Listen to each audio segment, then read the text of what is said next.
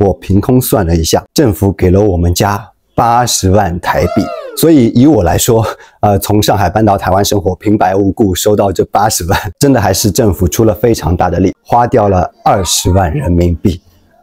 非常可怕，我听到觉得非常不可思议。念一个幼儿园花掉20万，20万我可以让小孩去国外念大学了，而它只是一个幼儿园。那其实之前呢，我也有分享过我为什么会决定在台湾生活，因为我分享过，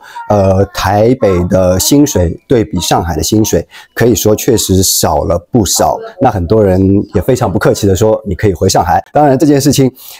以我现在来看，我作为一个既得利益者，那当然送我一罐牛奶没什么不好的，只是我觉得可能有一些市民他们没有享受到这个福利，并且会质疑这张卡片到底有没有必要去花钱制作。Hello， 大家好，我是煮菜的奶爸狗狗，来自上海，原本是2个小孩的全职家庭主妇，现在从事了我的老本行，做了一个美编人员，但是也会时不时分享一些在台湾的日常生活。我手里有一封市长的来信，鲜奶周报。市长给我的信啊，里面写：亲爱的家长们，您好，我是台北市市长蒋万安，也是3个小孩子的父亲。好厉害哦，3个小孩。和每位家长一样，我最大的心愿是孩子快乐成长。总之呢，他就是举出了一些例子，说喝奶能给孩子带来的好处。最明显的就是身高可以长到比较高。然后像这个泰国这边泰国的身高真的是长得非常厉害啊，从原本167公分可以长到175公分，比我还高。对，他就是举了一些例子，说喝鲜奶的好处，然后呢，就是他要给孩子最好的。台北市是从4月14日开始就开始鲜奶周报，其实呢，就是孩子每周可以去领1盒鲜奶。那我们很不巧的就是我们家门口的那个便利店只有1罐大的，其实是可以领2罐这样大的，所以因为去的晚了，只能领1罐大的和1罐小的了。当然还可以去领豆奶啊什么的，然后还有2张这样的卡片，被我老婆贴得很可爱。它其实是一个悠游卡啦，但是对于这件事情，其实我是听我老婆这个台北人有跟我说过，这件事情其实是有一些疑义的，就是他这样子的一个举动，把很大一部分预算花在每周领这样1罐，可以说是多1罐不多，少1罐不少的这样的鲜奶上面，然后还花了很大的一个成本去做这样一张卡。而这张卡片我听说是台北的还是台湾的小孩，等到他国小的时候，自然会有一张学生卡，一张悠游卡。那个时候他们可以拿那个学生卡去刷捷运啊，或者是大众交通工具。而现在他们其实是不需要交通费的，就是坐捷运也好，坐公车也好，都是可以免费的。所以他花了钱去设计这样一张卡片发给他们，而之后又重复，等于拿到一张国小的学生证这样一张卡。这样一笔开销到底值不值得？我老婆作为一个资深台湾人、资深台北人，她就会发出这样的一个质疑政府行为的思考。我觉得还是蛮让我有一点进行反思，或者是说从另一个角度来看问题。因为我长大的环境通常就是上面有什么政策我就去接受它就好了，也没办法提出疑义啊，或者是质疑。当然是可以提出个人的质疑，但是提出来也没什么用。当然这件事情，以我现在来看，我作为一个既得利益者，那当然送我一罐牛奶没什么不好的，只是我觉得可能有一些市民他们没有享受到这个福利，并且会质疑这张卡片到底有没有必要去花钱制作，这个是存疑的。我觉得很好，能提出这样的看法，是让社会变得更好的一个把钱花在刀口上的一个想法。那其实之前呢，我也有分享过我为什么会决定在台湾生活，因为我分享过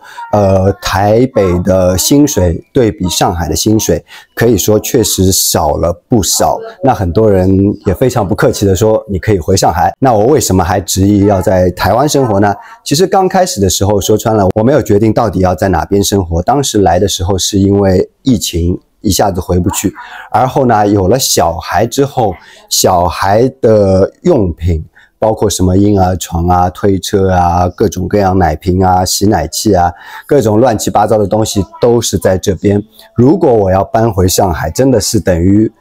非常大的一个工程，很多东西要在那边重新添置，因为带回去不太现实。所以呢，当时我就在台湾生活了下来。那至于为什么后来还想在台湾生活呢？其实我考虑到几个方面，一个是我觉得小孩以后的学业对他们来说，在台湾会比较轻松一点，相对来说比较轻松。我知道有一些小孩长大之后也是所谓的我们说的很卷，就是竞争也是蛮激烈的。但是台湾的人口数相较于上海，整个台湾可能跟上海人口是差不多的，但是全中国的精英可能都会聚集在北上广。作为一个上海人，他的竞争真的是很激烈。而且我也听说过一些陆配说有在两边都让小孩经历过就学这个阶段，那大陆的那一些课程的强度或者是作业的量，真的要比在台湾繁重很多。那我也是不太赞成那样的应试教育，觉得因为我自己经历过嘛，我觉得学了很多有的没的，其实将来工作中没有实际很需要的一些东西。所以我想孩子那么累干嘛呢？就让他在台湾可以轻松一点，享受一个比较轻松、比较快乐的童年。那还有一个原因，之前我也说过，就像台湾最近新闻上一直在说啊什么罢免啊什么的，虽然我没有太多的关注，我只知道有这样一件事情可以让民众去发声，说要去罢免，我同意罢免，或者是我不同意罢免，就是让民众可以参与到一些政治的事件当中。虽然我知道政治这个东西非常复杂，而且在我看来，所有政治家其实都是很黑暗、很自私的。但是作为民众，他其实可以投身到政治当中呢，可以说是可以捍卫一部分自己的权益。我觉得这是很重要的一点。而像我们在那边呢，虽然以前古文有讲过啊，什么国事家事天下事，事事关心，还有天下兴亡，匹夫有责。而我们那边现在有一句话叫做莫谈政治，也就是大家谈了政治，可能就会涉及到一些敏感的话题，然后被请去喝茶。当然了，我们那边的人不是说绝对不能谈政治，很多人私下还是会去谈，尤其以北京人最喜欢谈论政治为特点，就是北京有一个词叫做中南海听常诗。我相信很多台湾人已经从某一个台湾的 KOL 嘴里有听过这个词，但这个词在我们大陆其实是一个有一点酸味的词，有一点反讽或者是自嘲的一个词，就是说你谈论了很多国家的政策啊什么，好像是在跟领导开会得到的讯息，感觉你说的非常专业、非常资深，收到的资讯非常多，简直就像躺在皇帝的床下来听他说了一些什么一样，所以可以说出来那么多东西，但其实只是一个嘲讽你，好像你根本没有听到那些东西，你怎么能自己说出来那么多？就是你说的话可信度到底有几成？所以这个词其实是有一些反讽的意味。话题还是说回台湾政府对于小孩子的投入上，因为我刚刚来到台北的时候，有一次去做体检，然后跟那个医生刚好聊起来，因为有听力嘛，然后那个医生就跟我说台语，说左边还是右边，我当时就跟他说我听不懂台语，然后他就问我是哪里人，我说是上海人，他就跟我聊了起来，说上海很好啊什么的，然后就说到买房子这个事情，我说我想在台北买房子，他说好，你一定要在台北买房子。他说台北的房价虽然要比新北高一点，而且新北的通勤不一定比台北更远，但是呢，台北的政策包括以后小孩子的一些教育资源要比新北好很多。当时我听了他这个话还是有些不以为然的，因为我也不太了解台北跟新北有什么区别。我觉得在地理位置上来说其实没有差很多，拿上海做比较的话都是在上海市以内。那现在呢，我收到这个鲜奶周报，我就发现真的，因为这个鲜奶的福利只有台北人目前才有，台北以外的那些县市就暂时还没有这个福利。那然后呢，还有一点，这是全台湾所有小朋友应该是几年以后啊，我不是很清楚那个年份，但是我知道有一笔非常大的福利，我凭空算了一下，政府给了我们家80万台币。是怎样得来这样一个结论呢？也就是育儿补助这一部分。那在台湾生第一个小孩，每个月可以领5000的育儿补助，这样算一算，一年12个月就是6万块，那一直可以领到应该是上国小，我就算7岁前好了，也就是6年的时间，每年都可以领这个6万块钱的育儿补助，那6年就是36万，这是一胎的情况。那我们家是2胎，第2胎呢是每个月有6000块。也就是12个月，一年的话是7万2，领到6岁呢就是43万多少，忘记了那个零头。然后2个小孩加起来就是差不多有80万，79万多嘛，就是有80万。这个福利就是我之前决定在台湾生活所从来没有想到过的这样一个福利，那确确实实我是一个受益者，我觉得还是非常感谢台湾政府对于小孩这部分，对于教育这部分的扶持。我之前也在一个短片里边分享过，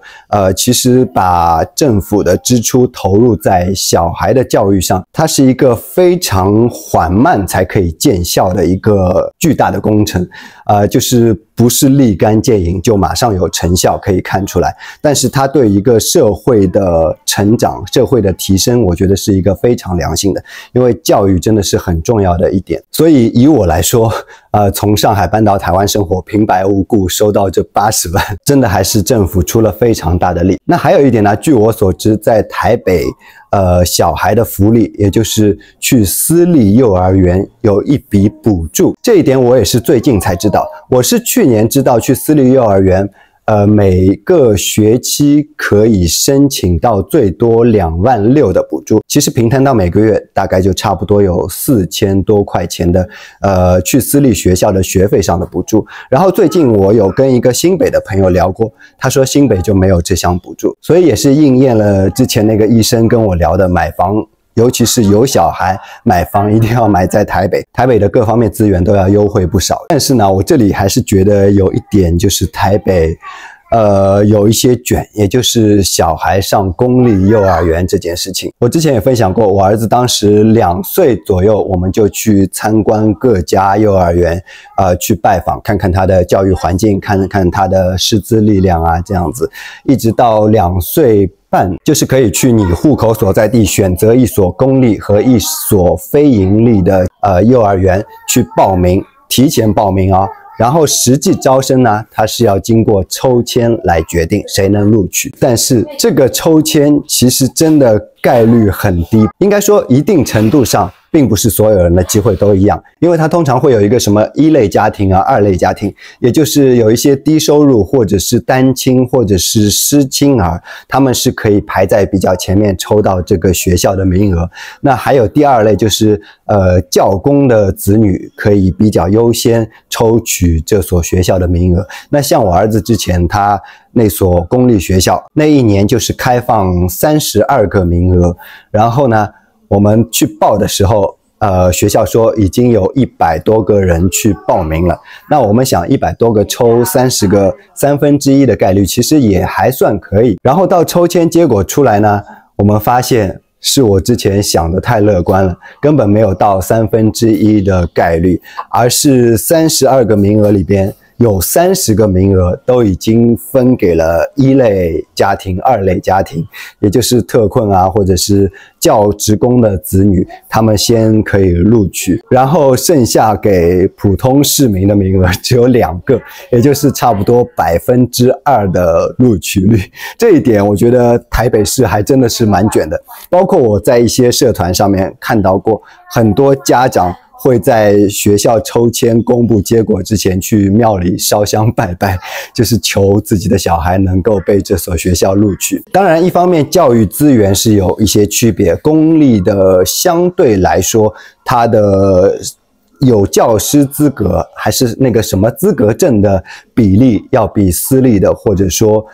准公幼要高出不少。那还有一方面呢，就是学费，公立几乎可以说免费，可以说忽略不计，每个月好像是几百块。那准公立呢，上限是3000，也就是最多收到3000块的学费，其实也是非常低廉了。但是其实有一个差别，就是你去念了公立或者是非营利或者是准公立这3类的话，你的育儿补助就没有了。所以你算上育儿补助那一笔支出的话，其实等于那3类，也就是公立、非营利和准公立那3类每个月的学费大概在5、6千块起。那像我们现在念的私立，它的学费算上注册费，平摊到每个月呢，大概是在18000左右，其实已经算蛮低了。然后呢，还有每一个学期的26000的补助，平摊到每个月就是可以少4500的学费。那另外呢，我们念私立还是可以领取那个育儿补助，也就是第一胎5000，第二胎6000这样一个补助津贴。其实一进一出算一下，我们其实念私立的话，可能每个月就自己付7、8千左右。那我觉得在这一点上，真的相比上海的学费真的要低很多，也是从另一个程度又让我省了不少钱。因为我听我一个朋友说，他的小孩在幼儿园期间花掉多少人民币，大家可以猜猜看。他念的是一所比较高级的私立幼儿园，他在幼儿园期间应该算3年还是4年，花掉了20万人民币。非常可怕，我听到觉得非常不可思议。念一个幼儿园花掉20万，20万我可以让小孩去国外念大学了，而他只是一个幼儿园，要花这么多的钱。当然他这个情况应该是属于极少数的，但是我也有其他朋友也是念私立的，那他跟我说，私立通常每个月的学费就是1万多人民币，那台湾的私立学费就是1万多台币，台北市是1万多的台币，那再加上我刚刚说的扣除那些补助，也就是7、8千的这样一个每月台币的付出，真的要比上海便宜太多了。所以我觉得在台湾带小孩，我现在这个阶段受到的政府的帮助还是非常大的，其实也算是我之前没有考虑过的一个经济的因素。而选择在台北带小孩呢，也让我在一定程度上得到了非常大的优惠。那最后呢，还是想听一下各位台北市民对于这2张卡可以去领这样的牛奶这件事情，作为台北人，因为自己可能有一部分的缴的税被政府拿来用作这部分鲜奶的开销了。我不知道台北人没有获得这个利益的人会对这件事有什么看法，我非常好奇。那我们这个分享就先到这里，我们下期再见，大家再会。